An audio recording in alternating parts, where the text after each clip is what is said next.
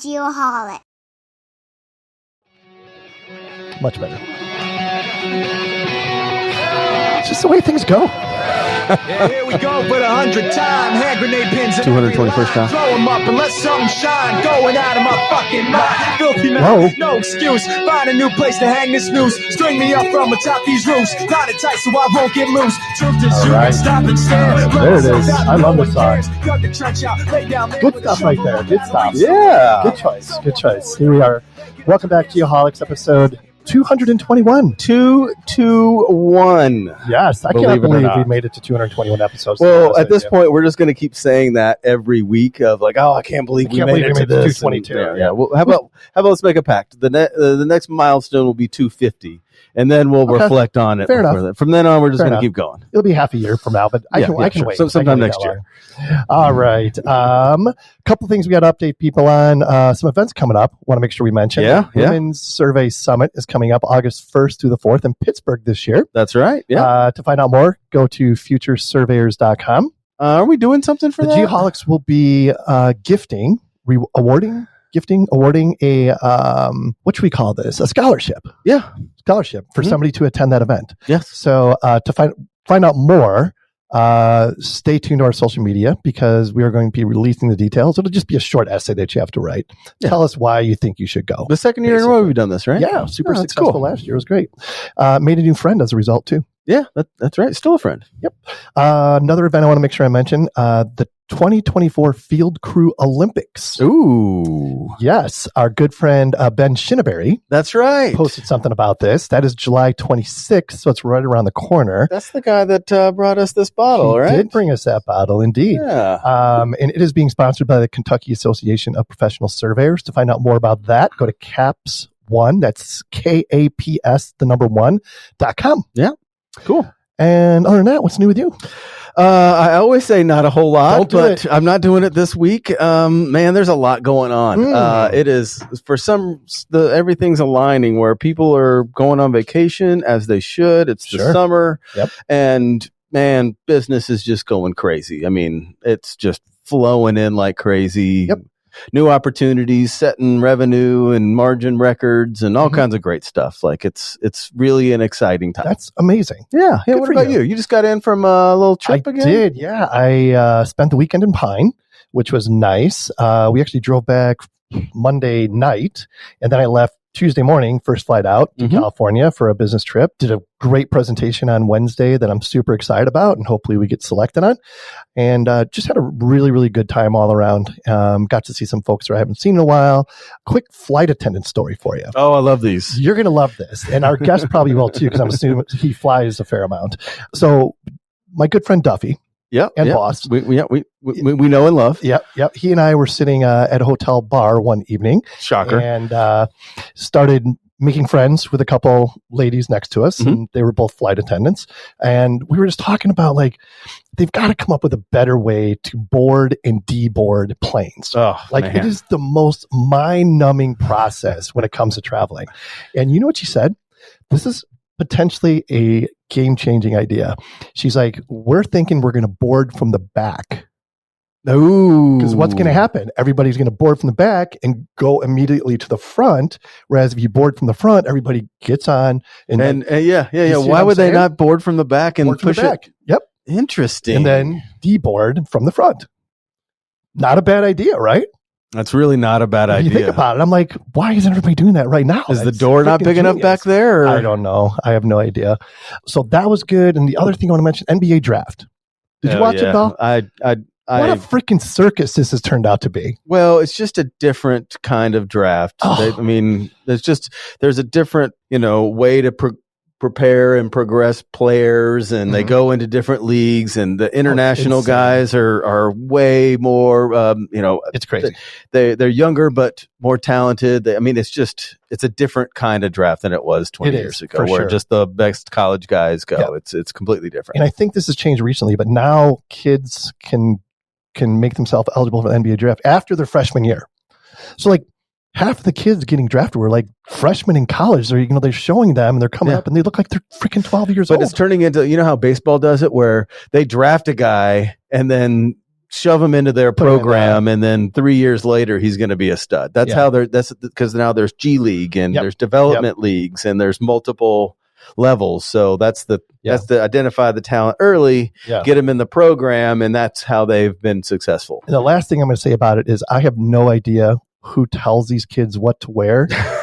And thinks and tells them that appearance looks really good. I'm like, what in the hell is happening? I mean, it just confirmed why I'm not an NBA fan. I'm an NBA fan despite the terrible outfits. Fair enough. All right, tell us about that opening number. All right, that was a band called Linkin Park. A song called "Bleed It Out." A little bit about these guys. Linkin Park is an American rock band from Aurora, right? Aurora Hills, California. Aurora Hills. Yep. The band's current lineup comprises vocalist, rhythm guitarist, keyboardist Mike Shenandoah, lead guitarist Brad Delson, bassist Dave Farrell, DJ Joe Hahn, and drummer Rob Burden, all of whom are founding members. And former members, vocalist Mark Wakefield and Chester Bennington, tragically passed away in 2017. Really sad story. They formed in 1996. Linkin Park rose to international fame with their debut studio album, Hybrid Theory, released in 2000, and became certified diamond.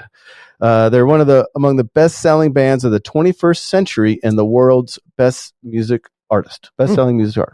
Amazing. Yeah. 100 million records worldwide. Yeah, crazy, right? Yeah. If we can get 100 million listeners, I think we'd be onto something.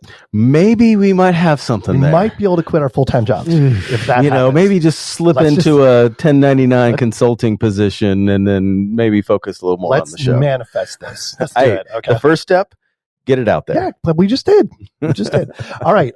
So I'm going to preface this by saying that producer Sean here put this evening's show together. I did. Normally it's my job to do that. I know. I had no time to do it this week. So producer Sean stepped up and said, you know what? I will love to do that for you, Kent. I did say that. Yep. Those words exactly. So if things go completely sideways, I knew there was a disclaimer coming at some point. All right. So I think we're in the David Evans and Associates. We are. Yes. Studio. Yes, that's what those words say. It's not the highlighted one, but I think I know what you meant. Would you just keep going? At David Evans, they join their clients to make a positive difference.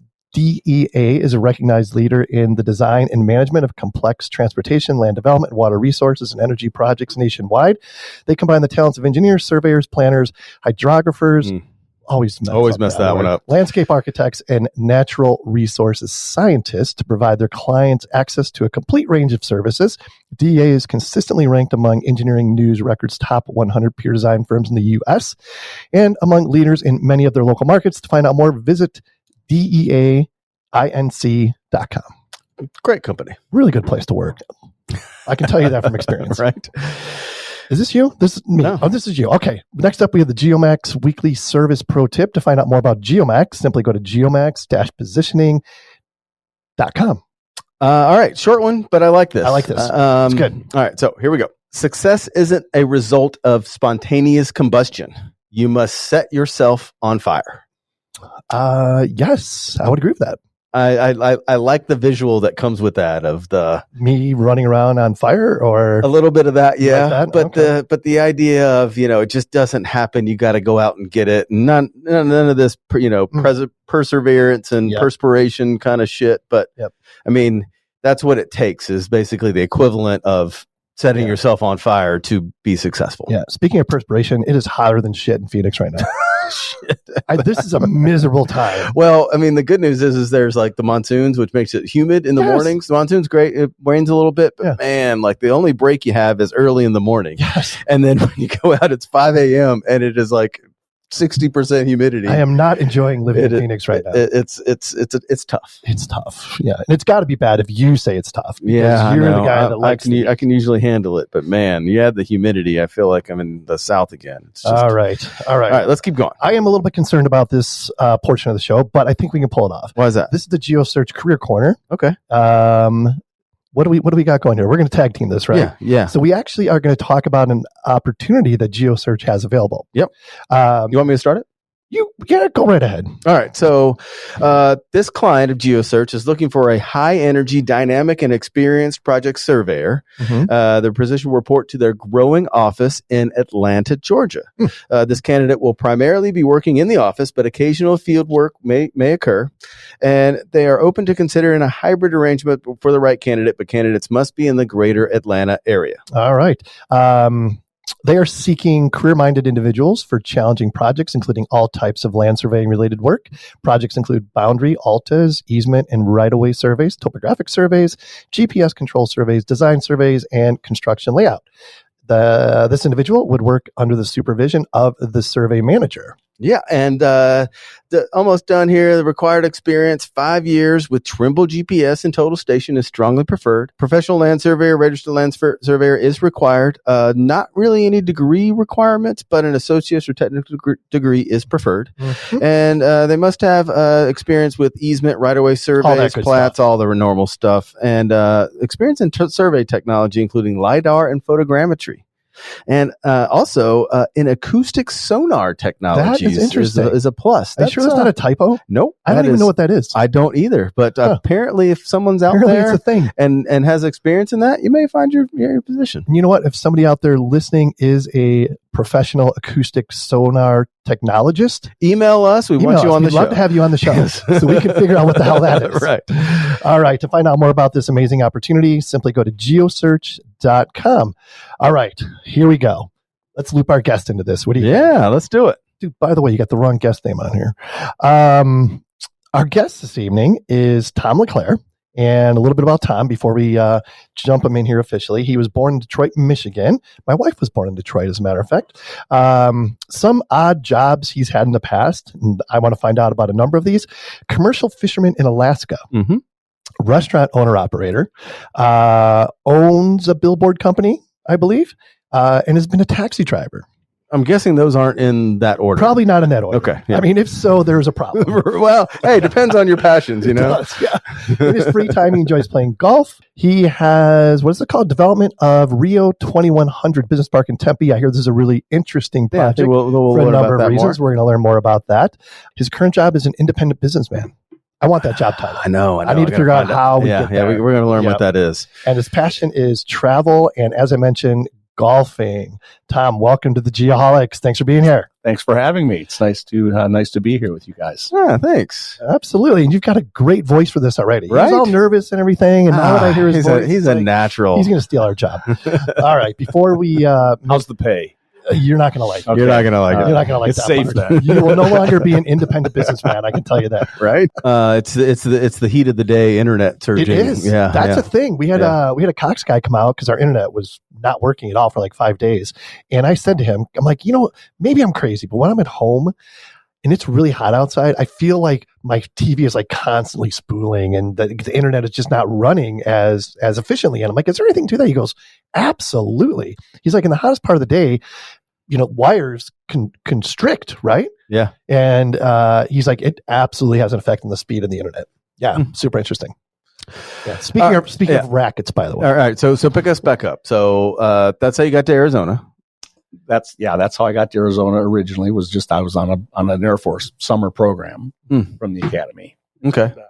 And then once I decided to resign, and I went back to Michigan, worked, saved some money so I could move out to Arizona. I didn't know anybody here. Yep. I had an old rickety Jeep, drove it across country, ended up in Tempe, and I've been here ever since. So that's freaking wild. That's so, and I love it. I still love it here. Yeah, yeah. So what year was that? 78. When you moved here? Yes. Oh my God. I cannot freaking imagine the changes you've seen in this city, in this town. Yeah, wow. The orange groves and they would just come right up to Tempe, and Gilbert really didn't even exist. It was just orange groves, and it was nice. Yeah. I mean, it's but probably nicer back then when there wasn't 4 million people here. It was cooler. I mean, for sure. We had more monsoons. Now, kind of look around the valley, and it's like they can't push their way in around the perimeter. It's just, but we had more rain. It wasn't as hot as I recall. But I bet it wasn't, because it's almost like it could cool off at night. Well, now it's just, there's so much. Pete Island and all that jazz. Exactly. So, All right, so keep going. When you got here, you farted around for a little bit. Yeah, so I was getting my in-state residency, so I basically came and just kind of hung out. And to get a job, I started driving a taxi part-time. In-state residency? To get lower tuition at Arizona State. Okay. Yeah, so you had to, instead of paying out-of-state tuition, so I just kind of hung out for get a driver's license, kind of establish a work history so when you start school, you pay ultra low tuition back then, ultra low. Yep.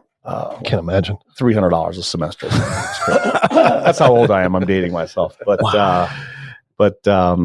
yeah. So, and then to the next phase, I picked up a hitchhiker, and I was kind of finding my way. I wasn't sure where I was headed, and I was young, 21, I guess, and he told me he goes to Alaska and works on crab boats and makes a bunch of money. And I thought, well, I'll do that. That's okay. Awesome. I'll go to Alaska. Heck yeah. So I did.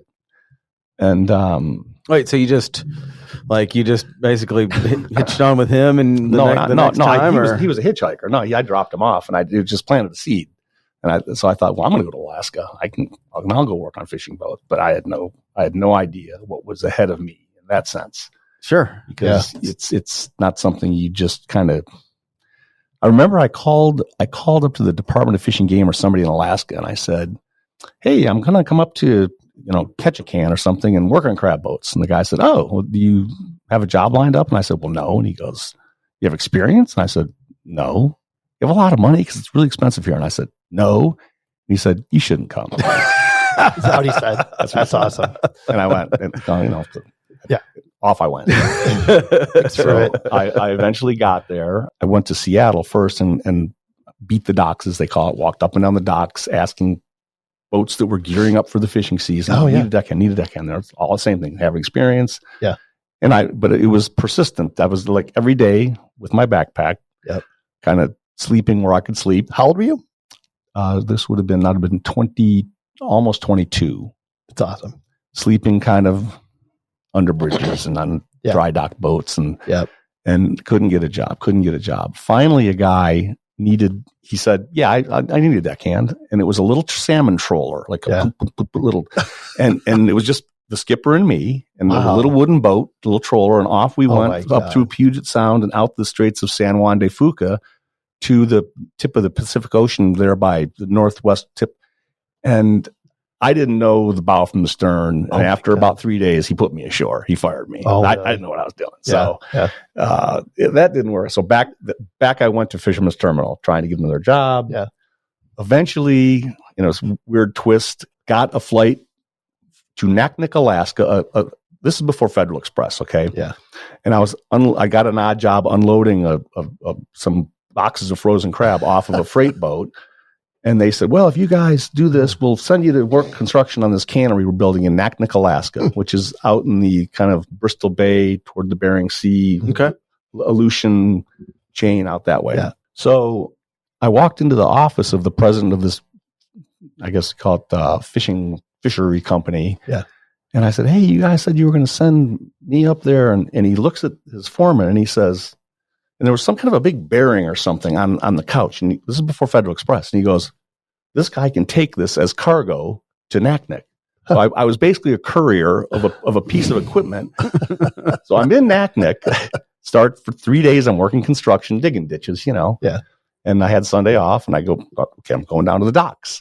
And there's this old grizzly skipper walking up. And I said, excuse me, sir, do you know anybody that needs a deckhand? He goes, do you have any experience? And I said, oh yeah, I worked on a trawler out of Nia Bay. And he goes, you're hired. So I guess one of his deckhands got drunk or didn't.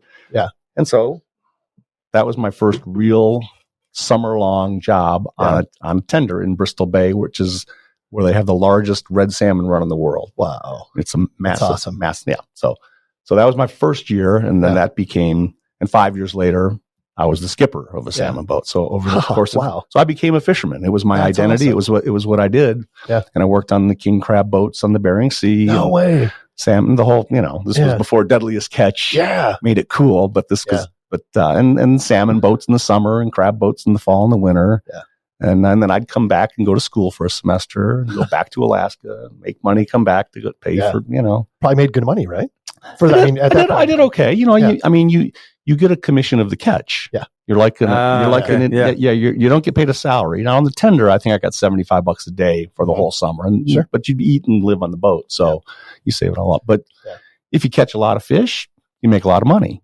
Yep. If you don't break down, which I was on a crab boat one season, we geared up for 6 weeks, getting the gear ready, the crab pots, and then like a week into the season, we almost capsized in 3-foot seas. Wow. Luckily, it was a calm day. Yeah. But we almost and we were sinking, and that was the end of the season. Huh. So I made zero money on that after 6 weeks of. Oh wow. Yeah. So risky.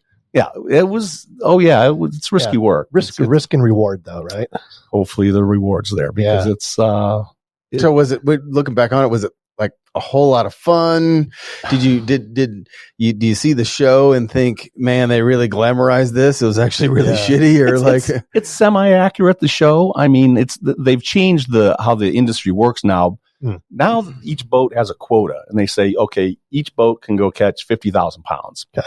And so they just go out and they can go out in good weather. And when they catch their 50 pounds, that's it.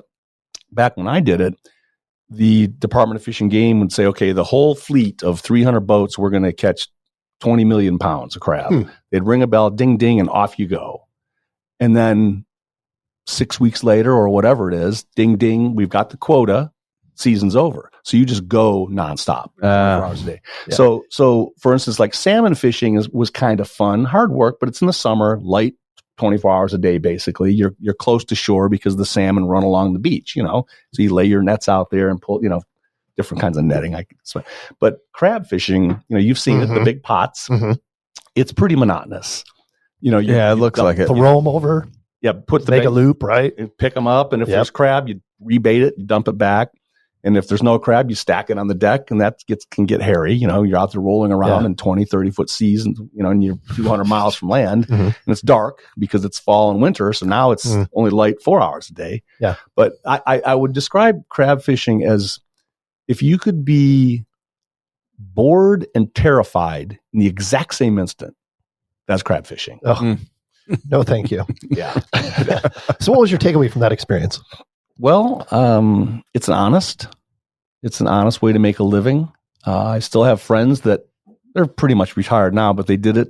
I quit after 5 years because, maybe a different opportunity came along, and I just said, okay, if you do this long enough, your chances increase. Right, sure. Of not coming home. Something bad happening. Yes, something bad happening. But it was, it's a spectacular place. Yeah. I mean, you're out there on the sea and you can look up and there's the northern lights and there's phosphorus in the water. So cool. I'm kind of exaggerating. And here's a killer whale breaching here and an eagle over here. Yeah. Not quite. It doesn't happen at the same time like that. You get the idea. Sure. You get Did the idea. Capture that on video. Yes. And there's a grizzly bear going down the beach. Right. But it's an amazing place up there. Yeah. And you realize how small you are. Yeah. Okay. When you're out on that ocean and the power, it's unforgiving. Yeah. So no mistakes allowed, no swimming allowed. Tides are big, water's cold. Yeah. It's crazy. Yeah. No, thank you. No, thank you. So would you say there's something to the Midwest work ethic? I think so. I mean, it was a different time. I think, when you're a kid back there, you have the paper route. Yeah. You kind of try to make a buck, and that's just the values and the time. It seems like, and I don't mean to be critical of a generation, but it seems like a lot of younger people, they want to start out as CEO. Yeah. And it doesn't work that way. Mm. It's a grind. It's a marathon race, and you build slowly. Yeah.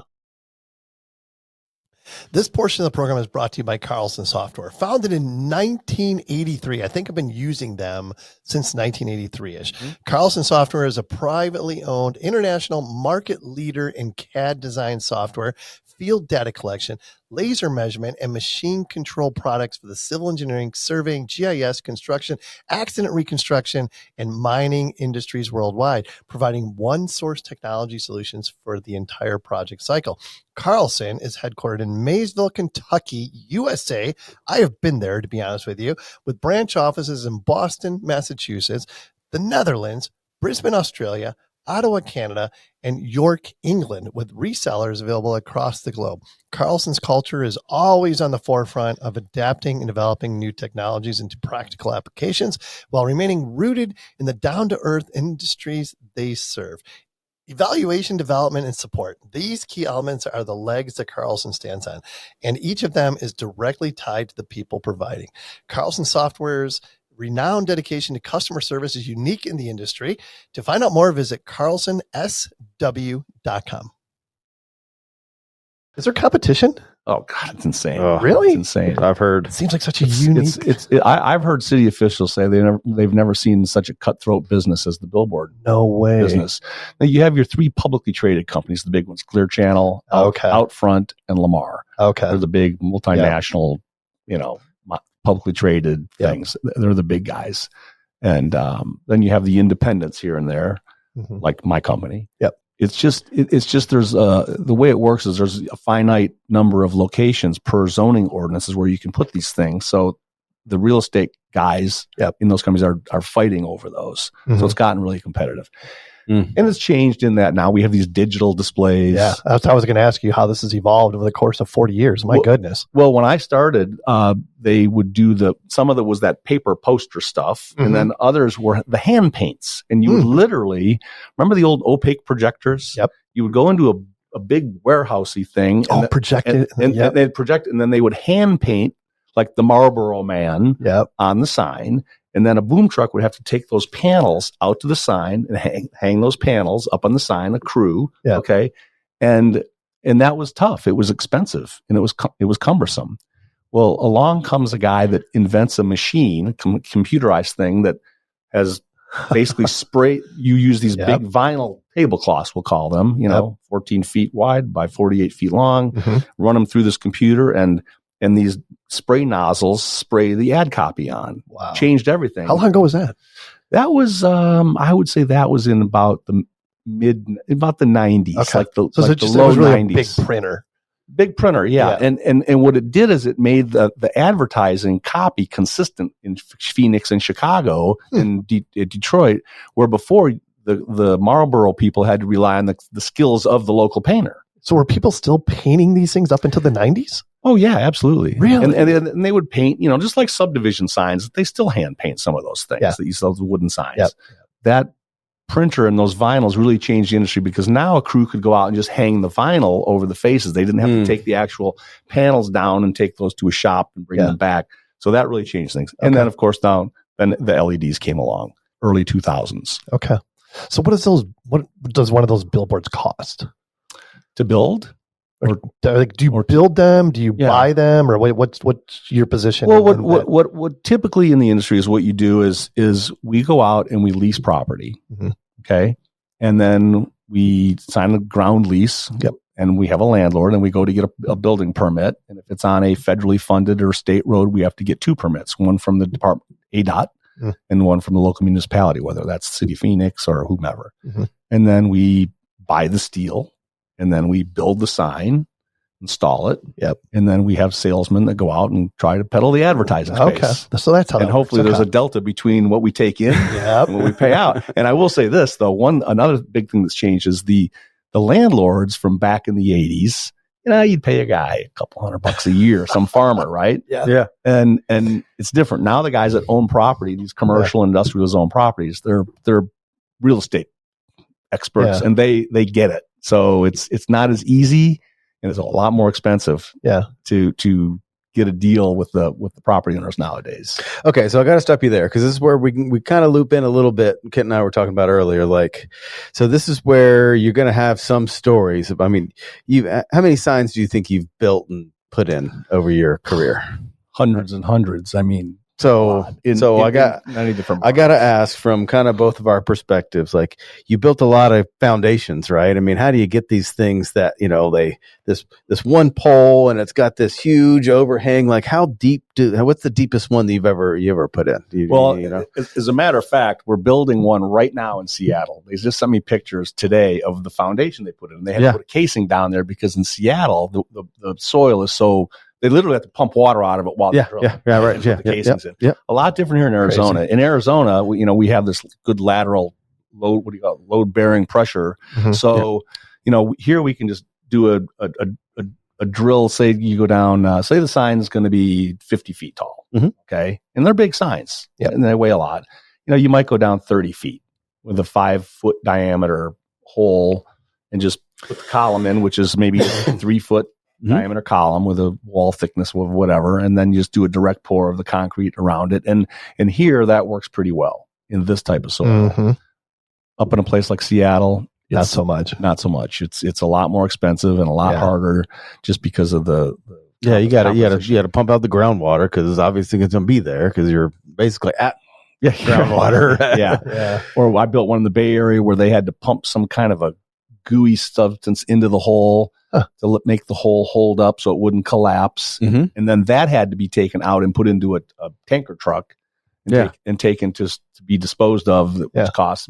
So it's different everywhere, but and then you could do cube footings. You can do the drill. Yeah, right. It just depends, but So the biggest, deepest you've ever been?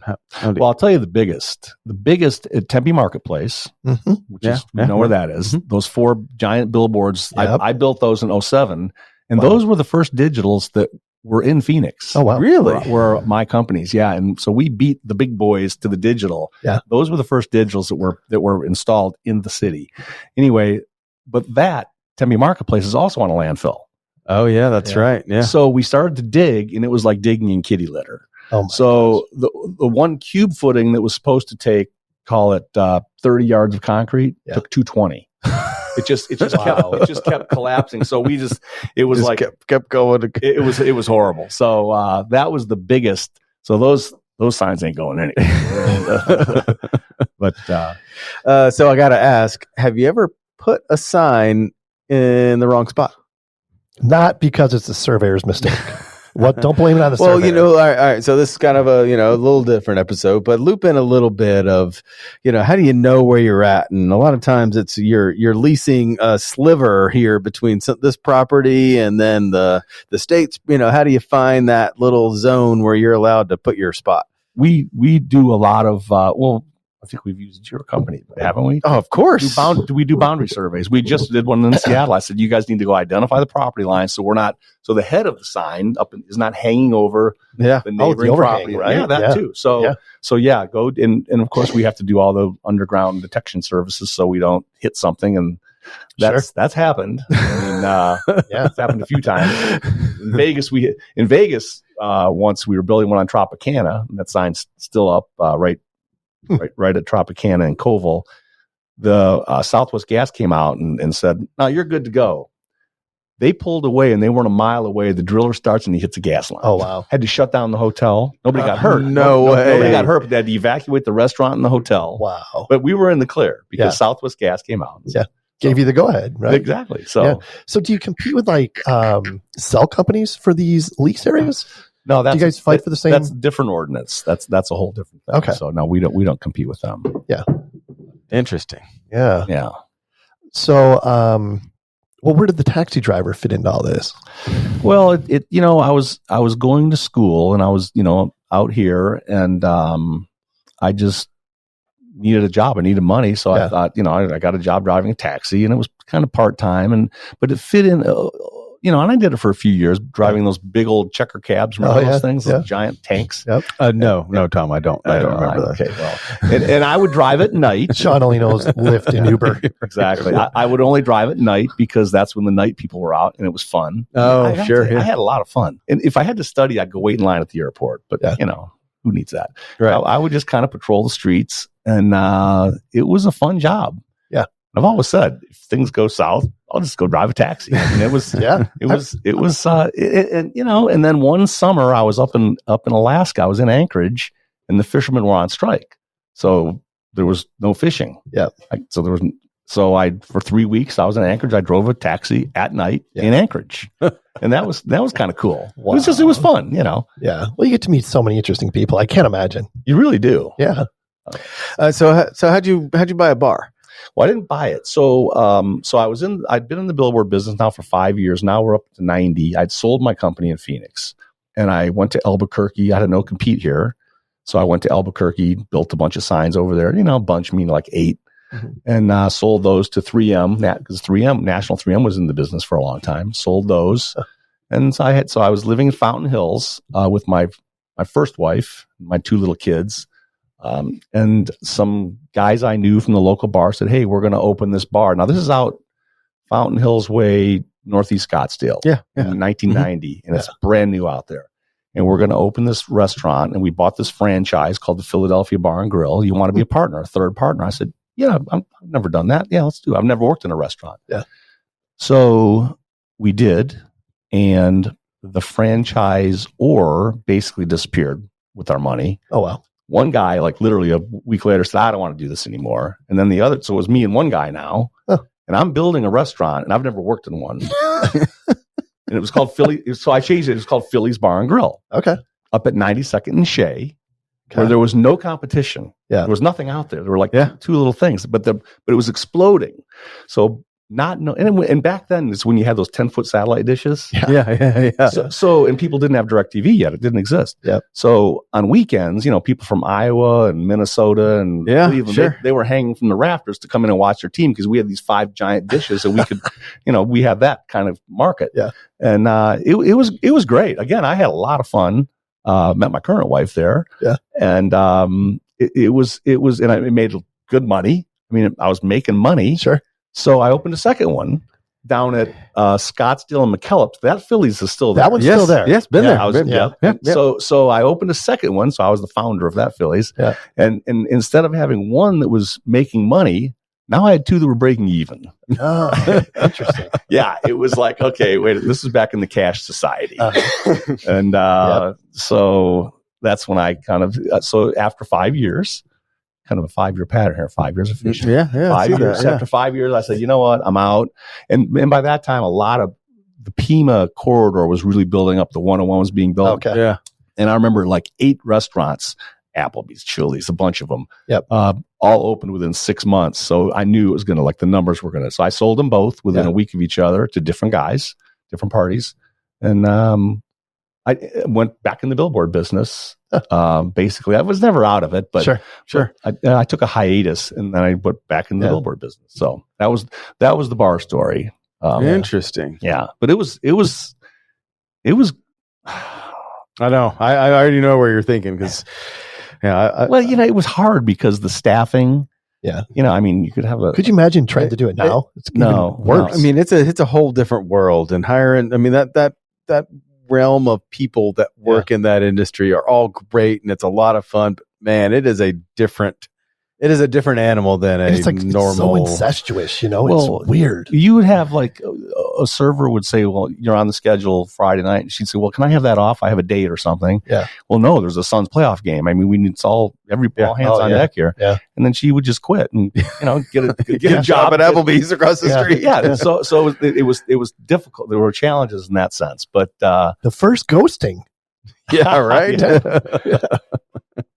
Wow. All right. So you have you've done all the things, and now you're still own a billboard company, still putting billboards up, doing the thing, right? Mm-hmm. So as you look back, like what do you think the biggest challenge was along the way, or what was the biggest setback that you had to overcome? Besides your current project that we need to talk about. We'll get to you in a second. I don't know. It's, I guess, sounds like I got bored because I kept changing. Are you ADD? No, I'm not ADD. No? Well, because ADD is more like 5 minutes, not 5 years. Oh, that's why I'm ADD. I think that it's, and what I tell some of the young people that I know, it's okay to reinvent yourself. It's good. And I'll just get, not political per se, but I think one problem is if a person has a job and they want to become entrepreneurial and start a business, they literally can't leave the job because of health insurance. True. And that's a shame. Yep. And it's kind of sad that if we had just a basic national health care program, then people could people could explore and do more things and be it more would open creative. up doors. Absolutely. Yep. But people can't leave their job because they can't lose their health insurance. And that's kind of a shame where, I've always been, I guess looking back, I've never really had a job. I've always been an independent, even on the fishing boats. You're a crewman and you get paid a commission. Yeah. Have you ever had an annual salary? I never have. No. So interesting. Right? Never had one. I've never really thought about it. But have you ever had, well, I guess you did have a boss on that salmon boat. The skipper. Yeah. But you're an independent, and the season might last 6 weeks or 2 months, and then the season's over and you're off the boat and you go look for another job on another boat. Yeah. Over time, luckily in Alaska, I gained experience. Yeah. So people would say, "Hey, Tom, we have a job opening on this herring season." Or on this crab season. Sure. So you get to know people and then once you know what you're doing. And ultimately I leased a boat and hired my own crew in my last year. And so I was the skipper. Yeah. And that was kind of cool. Wow. But, that's awesome. But anyway, so I just think that as far as challenges, I think it's okay to not declare your entire life and what's ahead of you. It's okay to say, I don't know. Because if you haven't done anything, for instance, then you don't know what you don't know. Sure. Yeah. So how can you declare? So it's not bad if a person says, I want to change careers. I think it's healthy and it's a good thing. It's kept my life pretty interesting because I learn new things. Yeah. And let's segue that into kind of one of the things we have in common, or we have this shared interest in barbers. You have the same barber. Don't need one. Don't need shampoo either. The list can go on and on of the benefits. But talk a little bit about how did you get into this project? We talked about it's in Tempe. You decided to buy some land, and then it kind of snowballed from there. Tell us a little bit about that. So back to the billboard. So we built these billboards on Tempe Marketplace. And at the time, Tempe didn't allow billboards, but we did a development agreement with the city. The Tempe Marketplace people had some political influence and they had some billboards we traded, whatever. So they were the only billboards out there, which was kind of nice. But then we got rumblings that this landfill that was right next to it to the east, somebody was one of the big companies was sniffing around to put some signs up on that. So this was back in 12, 13, Great Recession. The property went into foreclosure. My billboard partner and I decided, let's buy that property for two reasons. One, to get and build more billboard entitlement rights. And two, to protect our, I don't want to use the M word, our exclusive position out there.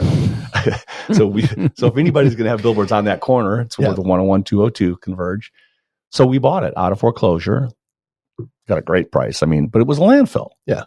And we thought, okay, we'll get the rights. We'll carve off these billboard easements. And it was a construction debris landfill, right? That's right. Prior to that, in the 70s, it was a gravel pit. Yeah. Before the freeways existed, it was a giant pit. Yeah. And then when they went to fill in the pit, they just dumped mostly construction debris, concrete, trees, carpets, but there was some organics. So we decided, we thought we'll buy the land. We forgot about the land for a couple of years. We weren't thinking about it. And, but we got the entitlements for some billboards. And then we thought, well, we'll just sell the land to some of these big development companies and they'll, it's great. It's great. It's a great corner. Yep. Well, they didn't want the land because it's a landfill. Yeah. So we were kind of stuck. And I said, well, why don't we double down and put in the infrastructure and make pads and sell the pads and things like that. And, so I did, and, had never been developed anything.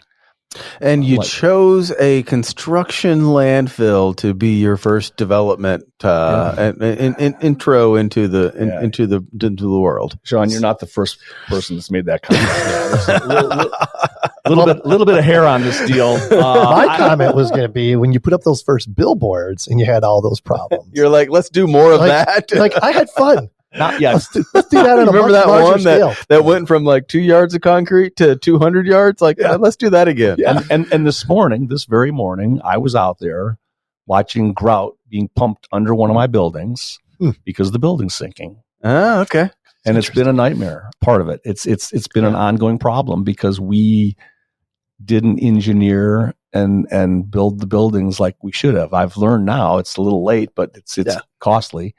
But so what we did is we hired some experts and a contractor who's well known and good, engineering firm who's good, geotechs. We put the property into the DEQ, Arizona Department of Environmental Quality, into a remediation project, voluntary remediation. So they were out there sampling, and we designed the infrastructure, the street, with all the utilities, and it was a very learning experience. I've learned a lot about dirt, not enough apparently, but I've learned a lot about soil, and it took a long time. So what we did is though we used this concept called deep dynamic compaction, where a crane, actually we had two, lifts a 20-ton weight. It's about 8 by 8 feet by 3 feet thick, 60 feet into the air, and then they release it, and it just drops. And it pounds the soil. Is it like a diameter of 20 feet or something, or what? No. The weight is like 8 by 8 feet. 8 by 8, okay. By 3. Gotcha. And it drops, and it pounds the soil, and they measure, and they go, okay, the soil just compressed 18 inches. And then they lift it up, pound it again. And you can feel this thing from a half-mile radius. The whole earth shook for a year. I mean, it was insane. Your neighbors had to love you. Oh no, they didn't. We would keep in touch with them though. But and then they would measure and say, okay, it went 6 inches. It dropped, and then they drew it again. Okay, it only dropped an inch. They pounded again. It didn't drop. Let's move on to the next 12 foot on center and do it. 1 million drops over a year. 2 cranes just pounding the soil. Yeah, that sounds expensive. It was expensive, but you think when I say crab fishing was tedious, can you imagine these guys in this crane? But, or the guy measuring it out there, like, okay, hit us again, George. Hit it again. All right, another inch. Keep going. Yeah. So, for a year. How much soil is on top of the landfill portion? About 2 or 3 feet. That's it. Yeah. So. Yeah. Oh my! So how could you even put like infrastructure in? Well, where there's a will, there's a way. Okay, so fair enough. So we would dig, and we would be digging trenches for the storm system and the utilities. Yeah, and you'd be digging out tires. Really? And but the reason I brought up the construction landfill is that it's construction debris. It's concrete and tires and inert. It's not. What you throw away, biodegradable stuff. It's none of that stuff. It's the construction debris stuff.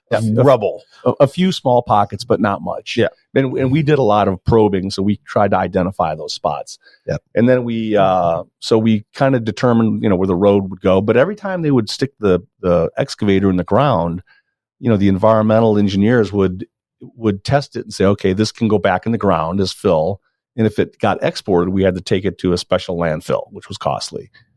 So anything we exported had to be tested first and then sent to wherever they sent it.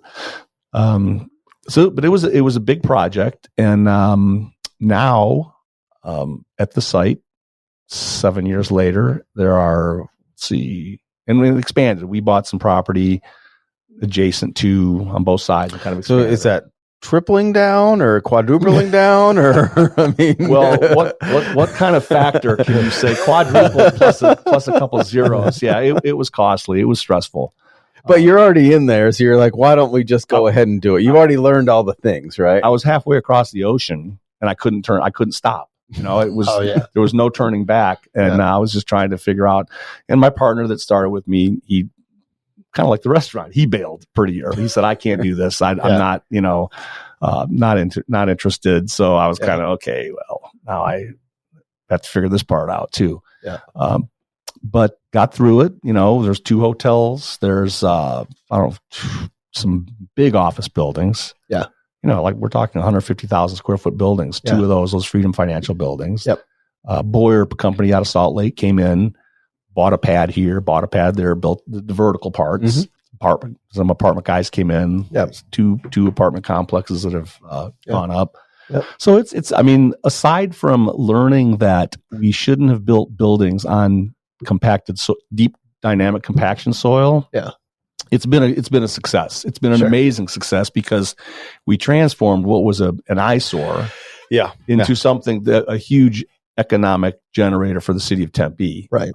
And that's the thing that I think is lost on a lot of this is that when you take you drive past, it used to be, and I remember before you did anything, it was, Tempe Marketplace is cool. And then there's literally this just fucking rubble filled area. And now it's cool buildings and hotels. And I mean, it's a thing, and it fits in that spot much better than what was there. I'm real proud of it.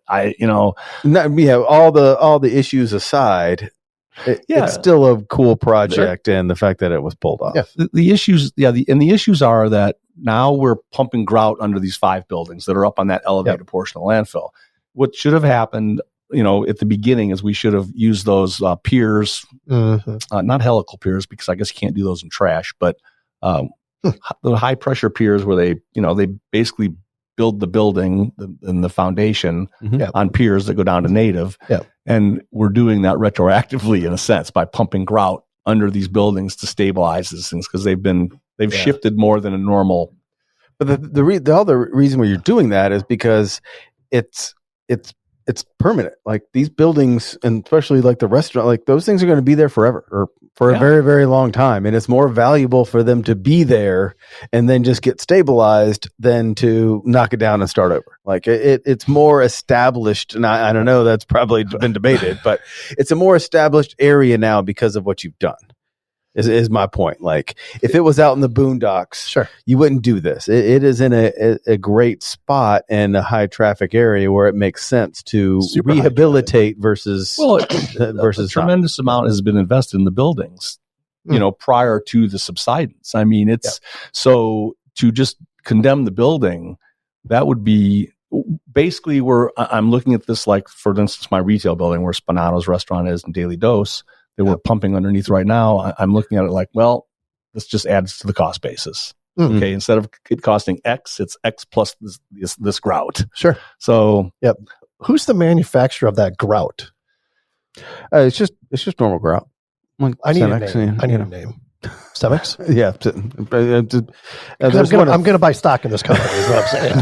There's one of 4 material suppliers that they're getting it from. It's basically sand and it's cement. It's just, They use a high pressure hose and they pump it in and they monitor the pressure as it fills these voids. And there's some big voids under there. Yeah. And that pressure dictates how much they are confident that it'll get in deeper and deeper. And eventually it'll just fill all up. It goes down into they drill these 6-inch diameter holes down to native, and they pump it in there, and it migrates out to the side and just fills all the gaps, and then hardens. So we've got a giant concrete block under this building, or we will in a few weeks. But hey there, Geoholics! Got to tell you about our friends at David Evans and Associates. At DEA, they join their clients to make a positive difference. DEA is a recognized leader in the design and management of complex transportation, land development, water resources, and energy projects nationwide. They combine the talents of engineers, surveyors, planners, hydrographers, landscape architects, and natural resource scientists to provide their clients access to a complete range of services. In addition to that, DEA's philosophy, core purpose, vision, and values strike a balance between freedom and responsibility, guidance and accountability, and economic progress and environmental stewardship. DEA is consistently ranked among Engineering News Record's top 100 peer design firms in the U.S. and among leaders in many of their local markets. To find out more, visit www.deainc.com.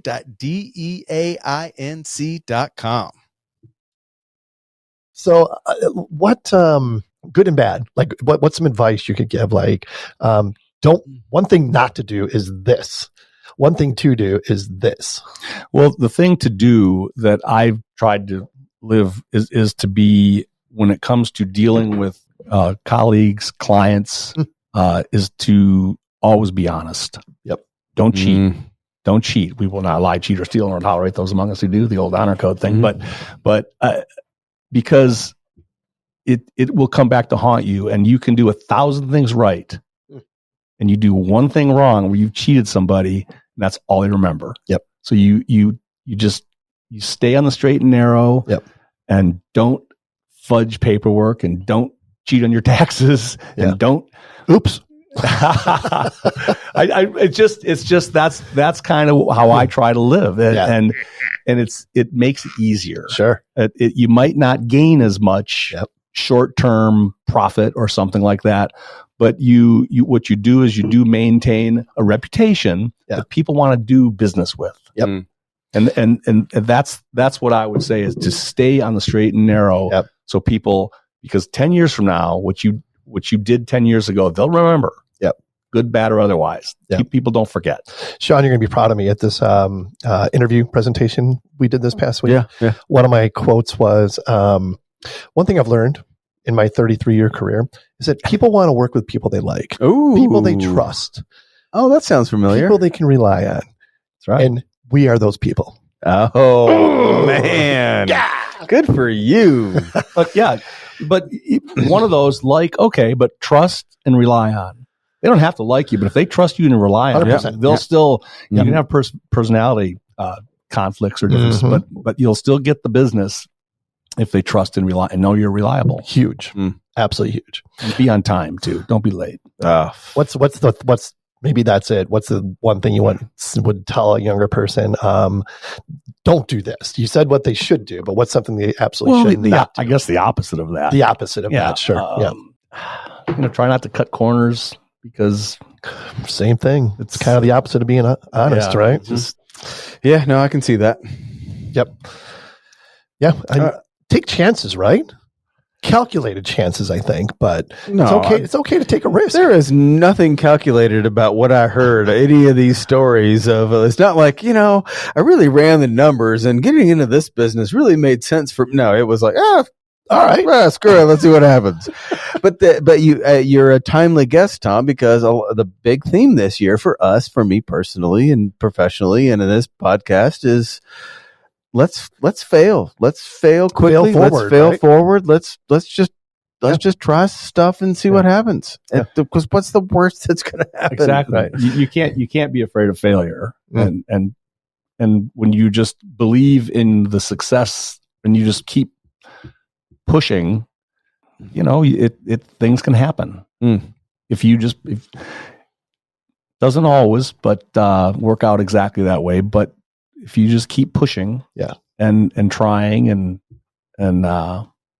generally, you'll do fine. I know. Are you going to ask a question? You go, and I'll do the last one. So we got to wrap it up. I know you got to fund Camp Grandpa for a while. It sounds like, right? So, do you see yourself retiring, or do you think you're always going to be dabbling in something? I remember, my wife says, she goes, when are you going to retire? You've been retired since you're 30. I told her, well, you have to have a job that pays you a salary to retire from first. So just throwing that out there. Well, I told her, like last New Year's or something. I said, I decided I'm retired. She goes, oh, that's great. Yeah. And she goes, I said, but, nothing's changing. I have to, I need some things. When you're retired, you need some hobbies, right? Yeah. So my hobby is, I have my billboard company that I manage. People call me and say, hey, Tom, what do you do about this? What do you do about? And, I have to manage this thing. And, I answer the phone here, but those are hobbies now. See? Yeah. So I'm retired. There you go. Official. Love it. Yeah. You just reclassified what you had to hobbies, and exactly. I see what you did there. Yeah. Exactly. Because it is kind of fun. It's adventurous. Well, and then if it's fun, I'm sure there's some cliche quote out there that if it's fun, then it's not really a job, but it's not something you need to retire from. Yeah. Yeah. So and one more before you finish up. Okay, go ahead. So what gets you out of bed in the morning? Ooh, it's a good one. My neighbor starts. Other than the need to pee. Yeah. And your wife. Yeah, right. She lets the dog out. The neighbor starts his car up. Because you do have the option just to sit there and fuck off all day. Right? That's where the discipline comes home. Every day is kind of a new adventure. Nice. When I'm so responsibility. I get out of bed because I'm responsible to people, employees. I have family, and I have responsibilities, but it's not a chore. I'm really fortunate that the people around me in business and my personal life I've got great friends and have the and I think I have the opportunity to create balance, and that's important. Okay, I'm gonna disappear for 3 days and play golf, and I was in Seattle. I jumped on a plane and went to that hockey game, Game 6 in Edmonton, just because. Oh, that's cool. Awesome. It was amazing experience. But then you come back and your inbox is full, and it's like, okay, now these days I need to take care of this thing and answer questions. But retirement, I don't think you retire from being an independent businessman. Sure. Just, you just do it. Yeah. To keep the bar bill paid. That's right. Camp Grandpa. All right. Before we let you go, anything else you want to get out there to the masses? That's all the philosophy I have for one day, Sean. All right. Well, thank you, though. There's one more. There's one more. We asked this question to everybody that's on the show. Do you have a mantra that you live by? It's kind of what gets you out of bed in the morning. Yeah. There's no wrong answer here. I think just, if you're, it's the old be excellent to each other. Mm-hmm. If the golden rule kind of thing. That's all. I mean, if you're kind to people, no matter what their standing or status. Yep. Treat the janitor like the CEO. Oh yeah, right? Absolutely. Because I've been those. I've been those. I've been a laborer, sure, and a taxi driver. Yep. So, I think treating people with respect and dignity, not because of their position or their money, it's just because they're human beings. Yep. And treat people with respect. All people. Yeah. And that's worked. And it's selfish because it makes me feel good. Yeah. When I'm a normal guy. I mean, I'm from, normal beginnings. There's nothing. So I think just being a part of society and sure. And being liked and liking back. Yeah. Yeah. Pretty much all you can ask for. Yeah. Something I'll make note of. Yeah. This is really interesting because what he just said and what 103-year-old Howard Buford said at the end of his show, very much strikingly similar. Yes. Yep. Not to age you or anything, just saying. Yeah, you're not 100 years old, but man, if you would have met that guy, you would want to be that guy. He was freaking amazing. Two successful individuals having the same outlook, I guess, is where I'm going. I agree with you. I'd love to meet him. Same perspective. That sounds like he goes to breakfast every day in the what was it? The diner, the immigrant cafe in Ventura, California. Yeah. You'll find him. Yeah, his name's Howard. We told him we're going to meet you there. We will meet this guy. Record a podcast from there. All right, Tom, thank you so much. This has been amazing. I've really enjoyed this conversation. It's been my pleasure. I had no idea that Sean had such good friends. No idea. The ones he's introduced me to, I'm like, a bunch of deadbeats. All right, adding value, making friends. Once again, what a great show. Oh, awesome. I loved it. Check that box. If anyone would like to be a guest on a future show, send us an email at info@thegeaholics.com. Love to hear from you. Lincoln Park, Bleed It Out, available everywhere. Did I just roll my tongue there? That was a little bit, yeah. Until next time, everyone. Here's some of my takeaways. There's a lot. You have to make things happen. It's okay to reinvent yourself. It is. Always be honest and be excellent to each other. I love all that great saying, things. Yeah. Most importantly, be safe and healthy, everybody. Digging deeper just to throw it away. I bleed it out, digging deeper just to throw it away. Just to throw it away. Just to throw it away. I bleed it